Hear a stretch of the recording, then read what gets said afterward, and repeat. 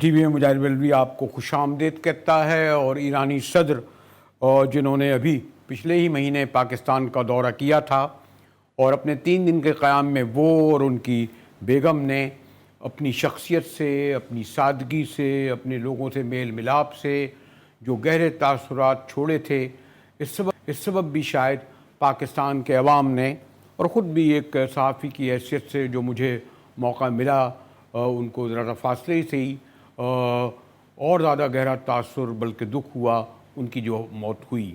جیسے ہی یہ حادثہ یا سانحہ ہوا تو اس وقت یہی خیال گیا کہ جیسے پاسٹ میں جنرل سلیمانی کو ٹارگٹ کیا گیا تھا، کہیں یہ کوئی سازش ہے، ٹارگٹ نہیں ہے۔ مختلف خبریں آ رہی ہیں، تاہم ابھی تک سرکاری طور پر تہران نے یہی کہا ہے کہ 63 سالہ ابراہیم رئیسی جو 2021 میں صدارت کے عہدے پر فائز ہوئے تھے، اپنے وزیر خارجہ گورنر کے ساتھ ان کی رحلت ہوئی، ان کے ساتھ پورے ہیلی کاپٹر جو تھے تباہ ہو گئے۔ ہمارے ساتھ ہیں ڈاکٹر ہما بقائی۔ ڈاکٹر صاحبہ، میں جیسے کہہ رہا تھا کہ ہما بقائی صاحبہ کہ ابھی کیونکہ پچھلے مہینے جو وہ تاثر چھوڑ کے گئے تھے اپنی شخصیت کا، دیکھیں انہوں نے لاہور گئے تو گورنمنٹ کالج گئے، علامہ اقبال کے مقبرے پر گئے، کراچی میں یہاں انہوں نے خانہ فرنگ سے ملے، پھر وہ اور ان کی فرسٹ لیڈی، اس لیے شاید ایران کے اور بھی سابقہ صدور آئے ہوں یا دوسرے ملکوں کے، لیکن ان کا ایک ذاتی طور پر بھی یہ جو ان کی رحلت کے بعد بڑا تاثر آیا، اور پھر سوال یہی اٹھا کہ یہ کوئی سازش تھی یا محض حادثہ۔ ڈاکٹر صاحبہ دیکھیے، خدا کرے یہ حادثہ ہی ہو، کیونکہ جس طرح سے ہم اگر نقطے جوڑیں تو اشارہ سازش کی طرف ہی جاتا ہے۔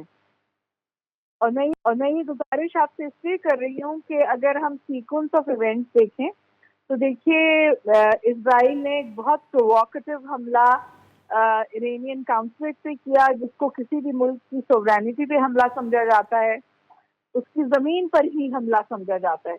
جب وہ حملے کے بعد ایران نے ایک ریسٹرین کے ساتھ جواب دیا، اور اس جواب کے بعد آپ نے دیکھا کہ اسرائیل نے یہ کہا تھا کہ ہم اپنی مرضی سے اپنے وقت پر اس کا جواب دیں گے۔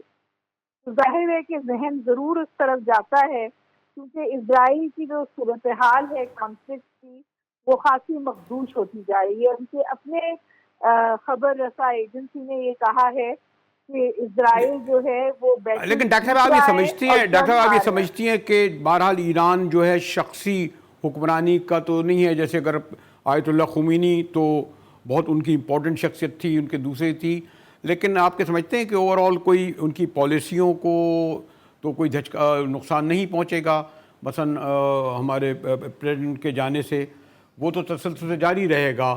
میرا خیال ہے کنٹینیوٹی آف پالیسی رہے گی، اور آپ نے دیکھا کہ ایران نے فوراً 2 ماہ کے لیے کوئی عبوری صدر مقرر کیا اور الیکشنز اناؤنس کر دیے، تو میرا خیال ہے کہ ایران فوراً ٹرانزیشن پہ چلا گیا ہے۔ وہاں پر خاصی ایک کنسنسس ہوتی ہے، شورا سے حکومت ہوتی ہے، گورننس ماڈل کچھ اس طرح ہے۔ لیکن اس کے ساتھ ساتھ میں یہ بھی گزارش کر دوں کہ ان کی جو پرسنالٹی تھی، جنہوں نے ایک الیکشن ہارا تھا، پھر جب یہ دوبارہ جیت کر آئے 2020 میں میرا خیال ہے یا 21 میں، تو یہ کہا گیا کہ یہ بہت اسٹرانگ پریزیڈنٹ ہے، اور ان سم ویز یہ بھی کہا جا رہا تھا کہ شاید وہ ریپلیس کریں گے خامنہئی کو۔ تو ان بہت سمجھے کہ ان کی فورن پالیسی بہت اسرٹیو تھی، وہ اگریسو تھے، ایکسٹریمسٹ بھی تھے۔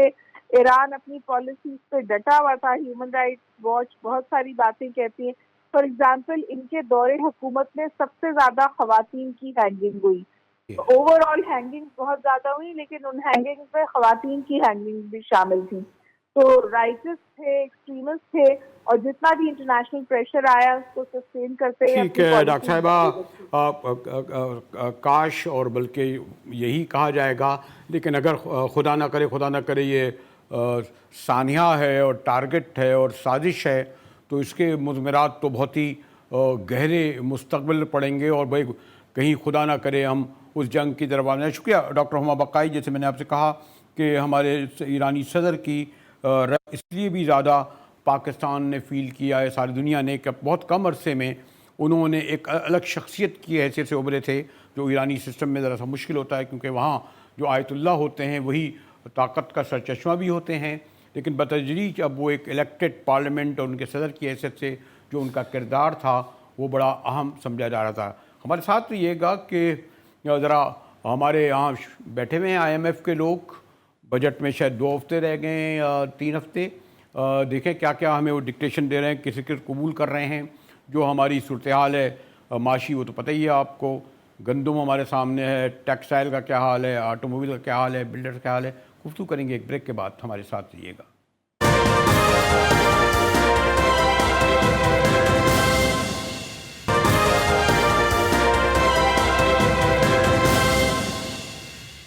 جی ٹی وی میں ایک بار پھر مجاہد ولی آپ کو خوش آمدید کہتا ہے. اور اب جبکہ جیسے میں نے کہا کہ کوئی 2 ہفتے سے زیادہ سے ہمارے 23واں IMF کا پروگرام لے کر ان کی ٹیم یہاں ڈیرے ڈالے ہوئی ہے, اور ہمارے روز وزارت خزانہ کے بابو ان کے سامنے حاضر ہوتے ہیں اور ان کو ایک ایک چیز کا حساب کتاب دیتے ہیں.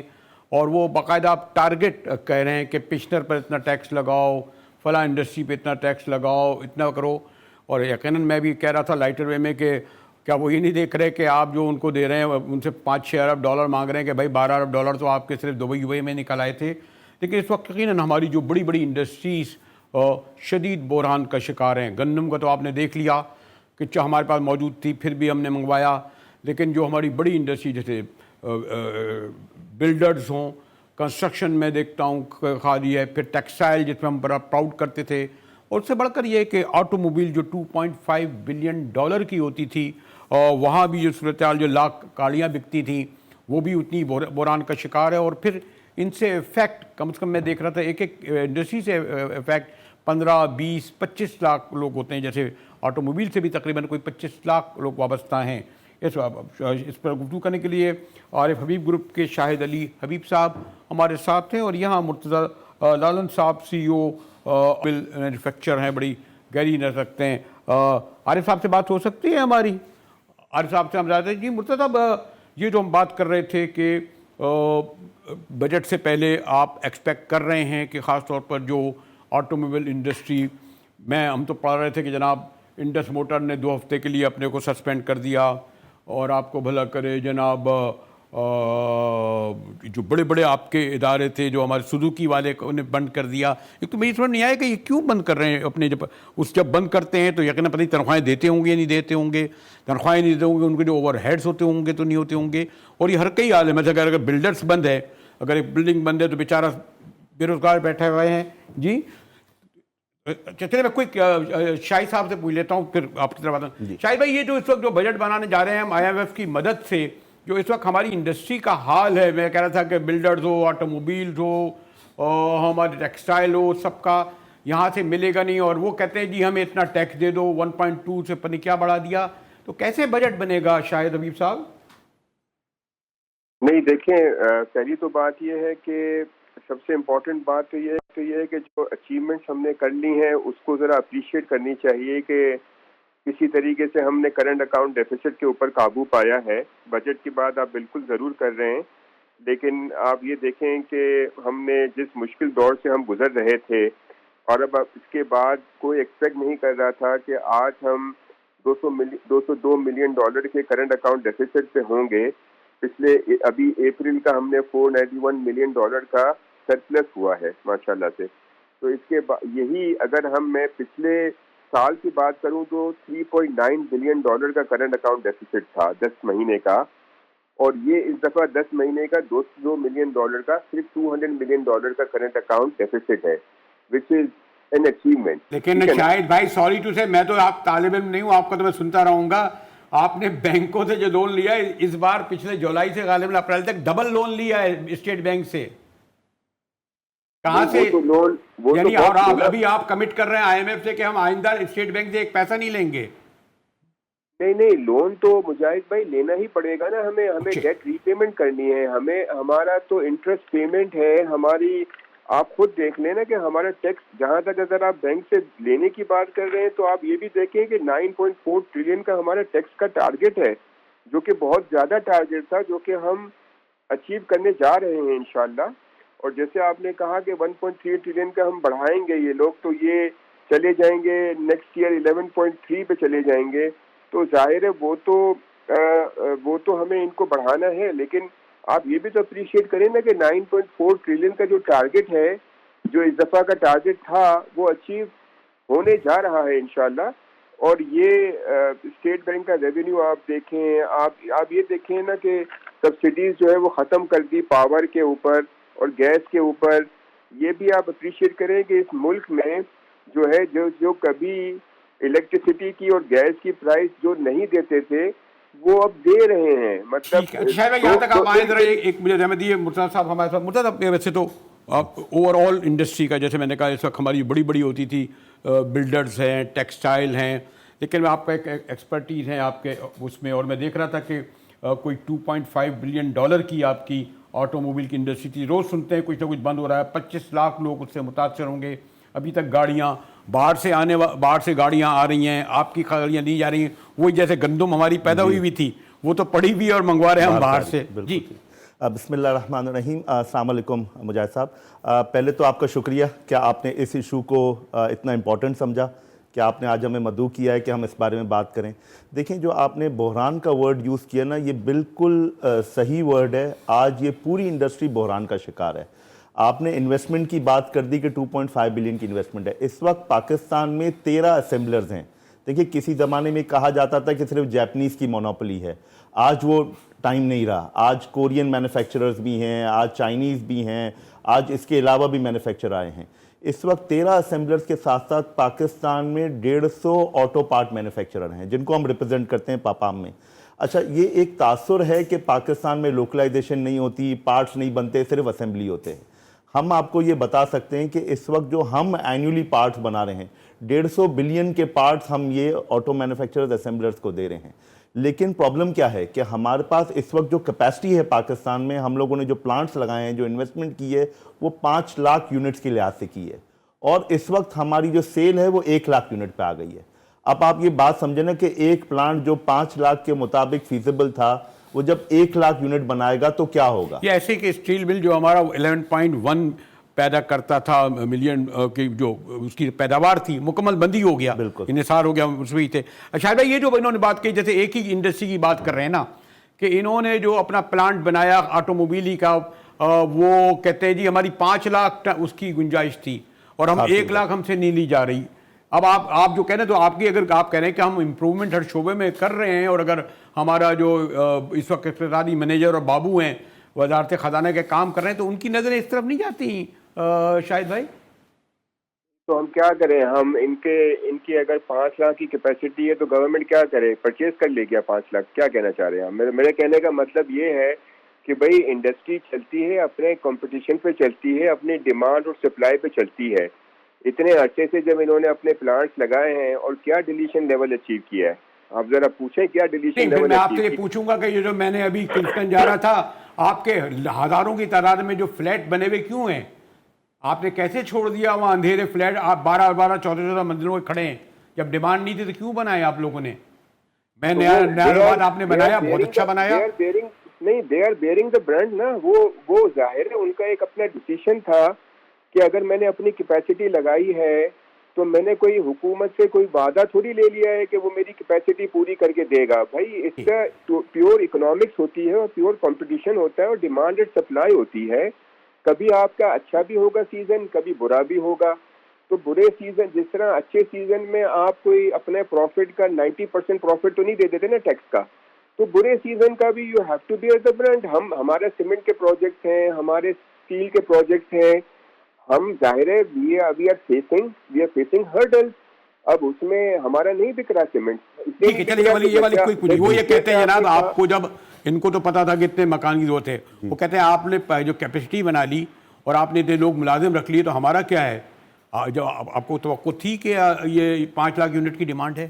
سر دیکھیں جو شاہد صاحب نے بات کی نا، بالکل صحیح کہی ہے. یہ گیم ہے ڈیمانڈ اور سپلائی کا. ٹھیک ہے، دیکھیں ہم لوگ جب AIDP ایک پالیسی بنتی ہے، 5 سال کی پالیسی بنتی ہے، اس میں گورنمنٹ کے ساتھ بیٹھ کے کچھ ٹارگٹ سیٹ کیے جاتے ہیں. ان ٹارگٹس کا ٹارگٹ میں ون آف دا ٹارگٹ یہ ہوتا ہے کہ ہماری جو ڈیمانڈ ہے وہ اس طرح جائے گی اور پیچھے ہم لوگ یہ کام کریں گے. انہوں نے لوکلائزیشن کی بات کی تو لوکلائزیشن بھی لنک ہے اسی کی طرف سے. اچھا اب دیکھیں ہمارا اس وقت جو مسئلہ ہے نا کیا ہے کہ 1 لاکھ تو لوکل گاڑی بن رہی ہے، لیکن آپ حساب لگائیں 30,000 جو وہیکلز ہیں وہ اینیولی آ رہی ہے یوزڈ کار میں باہر سے. اچھا یہ یوزڈ کار جو ہے یہ پالیسی نہیں ہے پاکستان میں اس وقت یوزڈ کار منگانے کی کوئی پالیسی نہیں ہے, آپ اور ہم یوزڈ کار نہیں منگا سکتے. یہ کس طرح آتی ہے؟ یہ اوورسیز پاکستانی کو ایک بینیفٹ دیا ہوا ہے بیگیج اسکیم کا, یہ اس کے ذریعے آتی ہے یہ گاڑی. اور سر یہ پیسہ جو اس کا جاتا ہے یہ سب ہنڈی حوالے کے تھرو جاتا ہے, کوئی بینکنگ چینل نہیں ہے, کوئی ایل سی کے ذریعے آپ یوز کار نہیں کرتے. ہمارا اس وقت جو کنسرن یہ ہے کہ اگر آپ نے لیونگ پلینگ فیلڈ نہیں دی آٹو مینوفیکچررز کو اور آپ نے اسی طرح کی ٹریڈنگ رکھی اور باہر سے یوز کار منگائی, تو مجھے یہ بات بتائیں کہ جو اس وقت اس انڈسٹری 2.5 ملین کی آپ کو امپلائمنٹ دے رہی ہے اس کا کیا ہوگا؟ چلیے یہ مجھے پتا ہے شاہد بھائی آپ بھی ان تمام صورتحال کو, اور عارف بھائی تو خیر کرتے رہے ہیں, اور وہ تو مجھے تو بڑا اچھا لگا کہ انہوں نے پرائم منسٹر جب شہباز شریف آئے تو عارف حبیب صاحب نے یہ کہا کہ آپ کو 2 کام تو کرنے پڑیں گے, بلکہ زیادہ ہی کہہ دیا کہ ایک انڈیا سے ریلیشن اور دوسرے قیدی 805 سے گفتگو. خیر وہ لائٹر وے میں چلی گئی بات, لیکن یہ کہ اگر ملک میں سیاسی عدم استحکام ہوگا تو پھر ہر شعبے میں اثر پڑے گا. لوگ باہر جا رہے ہیں, گاڑیاں کیوں لیں گے, گھر کیوں لیں گے؟ تو یہ جو آپ نے ابھی غور کر رہے ہیں کہ جو آئی ایم ایف والے اتنے بیٹھے ہوئے ہیں ہمارے پاس, کیا وہ بہت ہی مائکرو لیول پر ہمارے ایشوز ڈسکس کر رہے ہیں؟ جیسے ان کی آٹو موبائل انڈسٹری کو بھی دیکھیں گے, وہ آپ کی جو ہے یہ کنسٹرکشن کو بھی دیکھیں گے, وہ ہمارے یہ بھی دیکھیں گے کہ سم ہماری بند ٹیلی فون کی ہو یا نہیں ہو. نہیں, وہ میرے خیال سے یہ چیزیں نہیں دیکھیں گے. وہ تو یہ دیکھیں گے کہ ہمارا فسکل ڈسپلن ہو جائے, ہمارے اسٹیٹ اون انٹرپرائزز کے لاسز کم ہو جائیں, ہمارا ٹیکس ریونیو بڑھ جائے, ہمارا کرنٹ اکاؤنٹ ڈیفیسٹ, ہمارے ریزروز اچھے رہیں, کیا ہم اپنے ریزروز پرچیز کر رہے ہیں کہ نہیں کر رہے, ہم اتنا مینٹین کر رہے ہیں کہ نہیں کر رہے. میرے خیال سے یہ ہائی لیول چیزیں اگر ہم ان کو یقین سے سمجھا دیں کہ ہم اپنا ٹارگٹ, ہم نے ریٹیلرز پہ ٹیکس نہیں لگایا, کیا ہم ریٹیلرز پہ ٹیکس لگا کے اور ہم یہ ساری چیزیں پوری ہم براڈ بیسنگ ہم نے نہیں کری, ہم نے وہی گنے چنے لوگوں کو ہم ٹیکس وصول کرتے ہیں. آپ کو بھی پتہ ہے مجاہد بھائی کہ ہم وہی لوگ ہیں جو ہمیشہ سے ٹیکس دیتے ہیں, وہی دیتے رہیں گے. آپ کو براڈ بیسنگ کرنی ہے, وہ چاہتے ہیں کہ براڈ بیسنگ کریں, اور ریٹیلرز پہ, ہول سیلرز کے اوپر, ریئل اسٹیٹ والوں کے اوپر, جو ہر بریکٹ کے اوپر. لیکن آپ کو جو مرتضیٰ صاحب جو موقف رکھ رہے ہیں, کیا اس سے کیا ہے؟ مثلا اگر وہ یہ کہہ رہے ہیں کہ مرتضیٰ صاحب کی باتوں سے میرا بالکل بھی اختلاف نہیں ہے, مطلب وہ کہہ رہے ہیں کہ جو باہر سے ان کی جو باہر سے آنے والوں کی انہیں تو اجازت ہے پوری, جبکہ خود آپ کی جیسی گندم کا ہوا آپ نے وہاں سے کیوں منگوائی اور سستی بیچی؟ میرا تو کسی بات پہ, ان کی کسی بات پہ کوئی اختلاف نہیں ہے. مطلب انڈسٹریل گروتھ اس وقت ہوگی جب انٹرسٹ ریٹ کم ہوگا. جب تک انٹرسٹ ریٹ کم نہیں ہوگا تب تک انڈسٹریل گروتھ ہوگی ہی نہیں نا باس. یہ تو اس میں تو دو رائے نہیں ہے. اب ہم ہونے جا رہے ہیں انشاءاللہ. ابھی ہمیں بات کرنی چاہیے عوام کو, آپ پلیز تھوڑا سا پازیٹیو چیز میں تو بتائیں نا کہ 13.5% کا انفلیشن ہو گیا ہے, جو کہ 38% کا انفلیشن تھا, اب 13.5% کا انفلیشن ہے.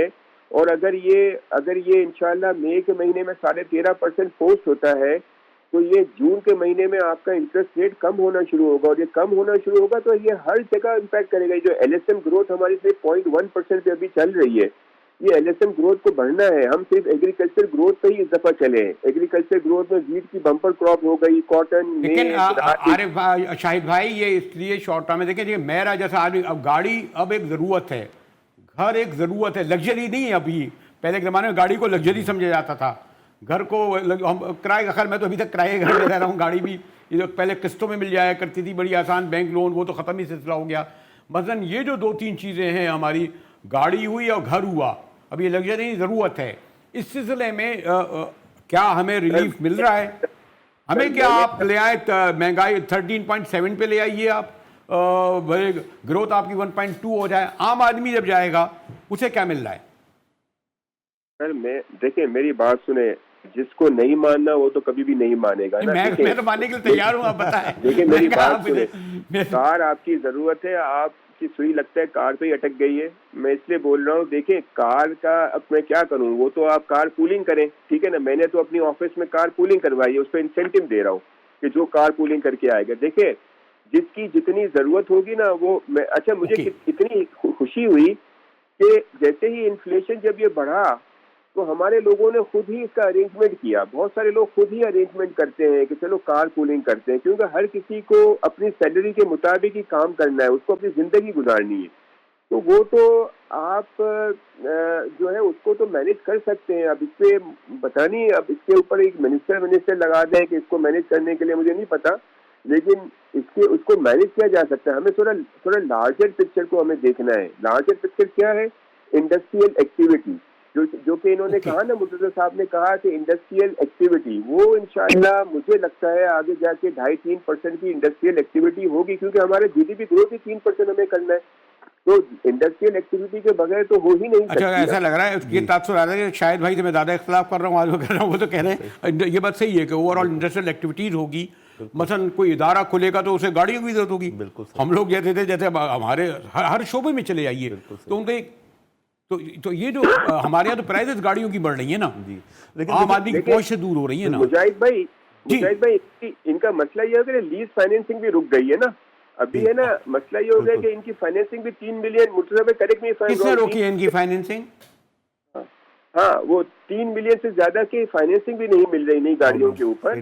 تو یہ بھی ایک بہت بڑا اسٹمبلنگ بلاک ہے نئی گاڑیوں کی پرچیزز کا.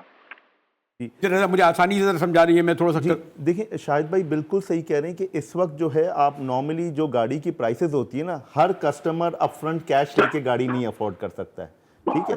اب ایک جو پیشہ ور آدمی ہے وہ گورنمنٹ سے جا کے, بینک سے جا کے لون لے سکتا ہے گاڑی. اب جو آج کی پرائسز آپ کی گاڑیوں کی ہے, آپ آلٹو بھی لے لیں, اس سے اوپر لے لیں, 30 لاکھ 40 لاکھ 50 لاکھ کی گاڑی ہے. اسٹیٹ بینک نے اس پر ریسٹرکشن دی ہے کہ آپ جب آٹو فائنینسنگ کریں گے تو آپ 30 لاکھ سے اوپر کی فائنینسنگ لے سکتے ہیں.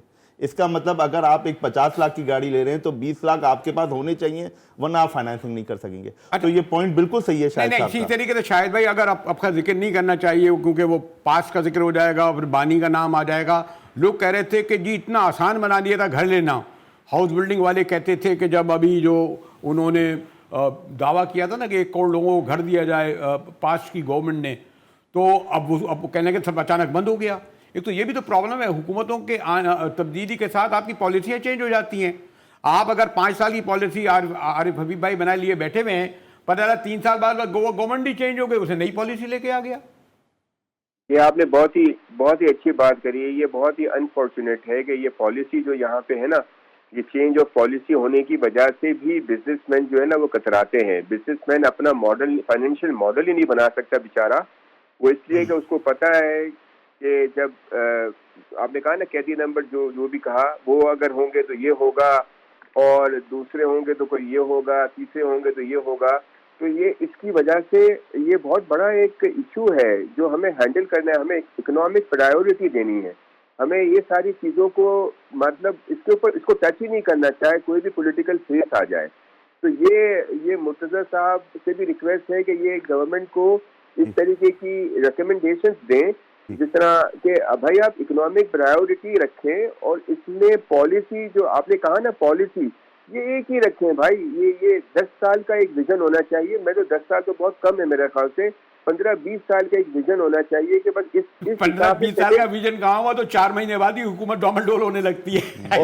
نہیں, یہ دیکھیں نا, ہمارا سب سے بڑا فائدہ کیا ہے. ہمارا سب سے بڑی جو پاورفل ادارہ ہے نا, وہ تو وہ تو ماشاءاللہ سے وہ تو کنٹینیو ہے نا. وہ تو اچھا میں ان سے ایک 1-2 آپ نے جیسا کہا کہ ایک 1 2 3 4 ہمیں تو بتائیں نا آپ نے کیا پیش کرنا ہے. جی سر, جیسے انہوں نے پالیسی کی بات کی نا, ہمارا ایگزیکٹلی یہی پوائنٹ ہے کہ آپ جیسے آج کل کی یوزڈ کار پالیسی ہے, وہ اچانک گورنمنٹ جو ہے اس میں ریلیکسیشن دے دیتی ہے, ان کو ڈیوٹیز کا بینیفٹ دے دیتی ہے, ان کی ڈیپریسیشن بڑھا دیتی ہے.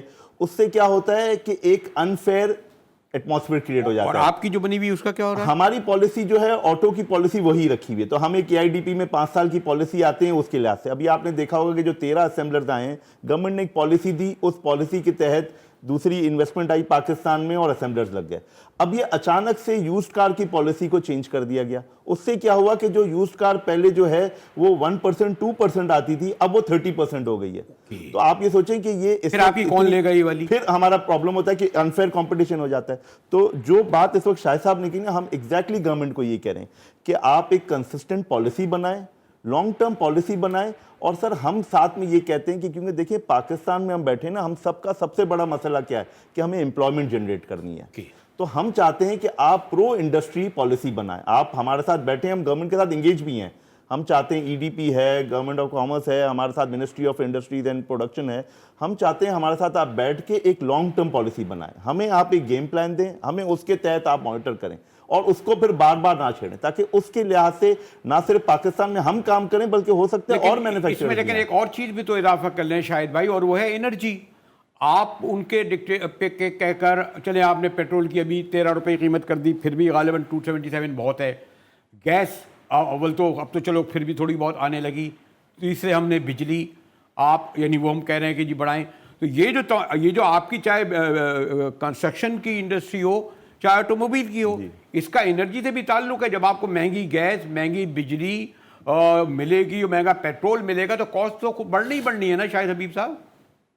بالکل آپ صحیح کہہ رہے ہیں, اور یہی سب سے بڑا, اسی نے سب سے بڑا کنٹریبیوٹ کیا ہے انفلیشن کو بڑھنے میں, کہ جو ہمارا ایک مرتبہ اینول ری بیسنگ ہوئی, 2 مرتبہ کوارٹرلی ری بیسنگ ہوئی الیکٹریسٹی کی. گیس جو 600 روپے پر MMBTU تھی وہ 1700 روپے ہو گئی ہے پر MMBTU.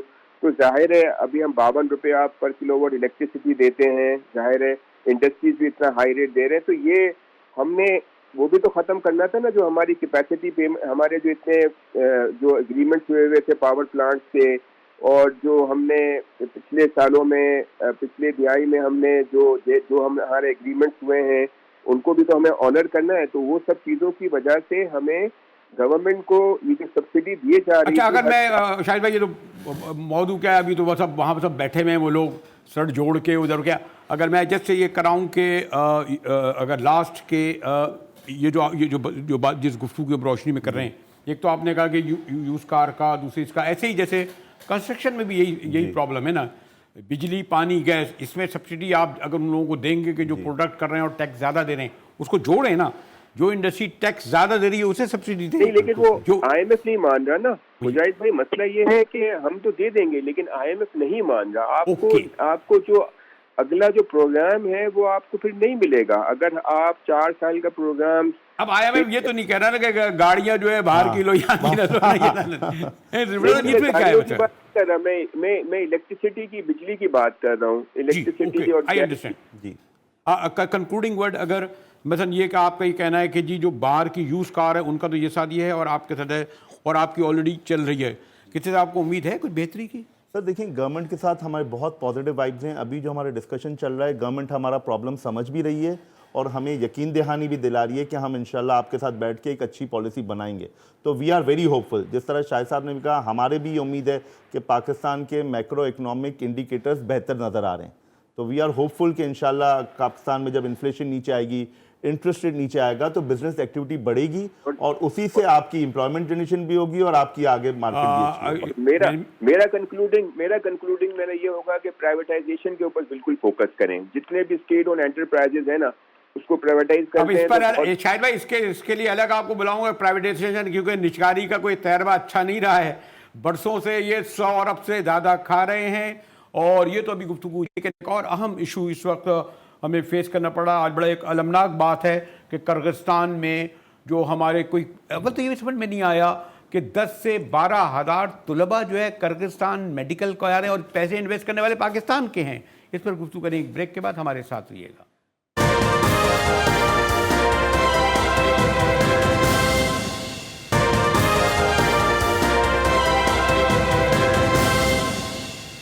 ٹی وی میں ایک بار پھر مجاہد بریلوی آپ کو خوش آمدید کرتا ہے. افسوس ہوتا ہے جب یہ سن کر کہ ہمارے ہزاروں قیدی جو ہیں وہ ہمارے اسلامی برادر ملکوں میں موجود ہیں, کچھ ملکوں میں ہمارا ویزا بند کر رہے ہیں, اور پھر یہ جو سانحہ کرغزستان کا ہے. اب ہمارے علم میں آیا کہ وہاں ہمارے 12,000 طلباء جو ہیں وہ میڈیکل کالج میں پڑھ رہے ہیں, اور یہ بھی کہ بیشتر میڈیکل کالج جو ہیں وہ بھی پاکستانیوں کے ہیں. یہ پہلے سفارت خانے نے دعویٰ کیا کہ ہم ان کو اپنے کرایہ دے رہے ہیں, لیکن بعد میں انکشاف ہوا کہ جناب یہ کرایہ وہ نہیں دے رہے بلکہ وہ اپنے کرائے سے آئے ہیں. ہمارے ساتھ ارسلان بھٹی بیروچی موجود ہیں لاہور کے. بھٹی صاحب, ایک تو یہ کہ جو میجورٹی ہے جس طریقے سے یونان میں لوگ بیچارے ملازمت کے لیے وہاں گئے تھے, اور یہاں بھی میں دیکھ رہا ہوں کہ میڈیکل کالج میں کرغزستان کے یہ جا رہے ہیں. تو یہ جو اس پوری صورت میں یہ کیسے سب کچھ ہو رہا ہے؟ یہ جی بہت شکریہ آپ کا بریلوی صاحب. اس میں معاملہ یہ ہے جی کہ اسٹوڈنٹس وہاں پہ گئے ہیں, پاکستان کی بڑی تعداد وہاں پر موجود ہے, اور اس کے بعد یہ لڑائی جب ہوئی اور اس کے بعد جو فورن اسٹوڈنٹس کے خلاف جو کچھ ہوا, جو اسٹوڈنٹس یہاں پہنچے ہیں لاہور میں مختلف فلائٹس کے ذریعے, کچھ کمرشل فلائٹس سے آئے ہیں, کچھ اسپیشل فلائٹ سے, ان کا یہی کہنا تھا کہ جی ہمارا بالکل کوئی قصور نہیں تھا, یہ اور ملکوں کی لڑائی تھی, جو اسٹوڈنٹس آپس میں لڑے ہیں وہ ان کا کسی کا تعلق بھی پاکستان سے نہیں تھا. لیکن وہاں کے جو مقامی لوگ تھے انہوں نے اس کے بعد پاکستانی اسٹوڈنٹس کو بھی بھٹی صاحب یہ تو ایک واقعاتی واقعہ ہوا نا. بات تو یہ ہے نا کہ آپ کیا اس کے معنی, اس کے باوجود کہ آپ کے پنجاب میں یونیورسٹیاں کھل رہی ہیں, میڈیکل انجینئرنگ کالج کھل رہے ہیں, ان بچوں کو وہاں جانا پڑ رہا ہے, پھر وہ کہتے ہیں وہاں کالج کھولنے والے بھی پاکستانی ہیں. بات یہ تھی کہ یہ سب کچھ جو ہے نا اربوں روپے کا فراڈ ہے بریلوی صاحب. اگر اس پہ آپ انویسٹیگیشن کرائیں یا میں کروں تو یہ اربوں روپے کا فراڈ ہے کہ یہ ایک ایک کنال میں یونیورسٹی بنی ہوئی ہے وہاں پہ. جو پاکستانی یہاں سے گئے ہیں انہوں نے ہی یونیورسٹیز کھول دی ہیں کہ تاکہ یہاں سے جو ہے بچوں کو لے کے جاتے ہیں, وہ فراڈ کرتے ہیں اور اس کے بعد ان کو وہاں سے ڈگریاں دیتے ہیں, کیونکہ وہ ریکگنائز ڈگری ضرور ہے لیکن وہاں پہ پیسے دینے پڑتے ہیں آپ کو بہت تھوڑے, اور تھوڑے پیسوں میں آپ وہاں سے ڈگری لے لیتے ہیں. لیکن بھٹی صاحب یہ بھی تو خبر آئی پہلے, تو یہ کہہ رہے تھے کہ ان طلباء کو غالباً اب 550 آئے, 12,000 ہیں, حکومت کے خرچے پر مفت آ رہے تھے, لیکن یہ بھی کہا گیا کہ نہیں وہ تو کہہ رہے ہیں ہم نے 90,000 کا ٹکٹ لیے ہیں. جی کچھ بالکل ایسے ہی ہے, کچھ لوگ جو ہیں وہ آئے ہیں, کچھ لوگ اپنے کچھ جو طلبا آئے ہیں جی ان کا یہ تھا شکریہ.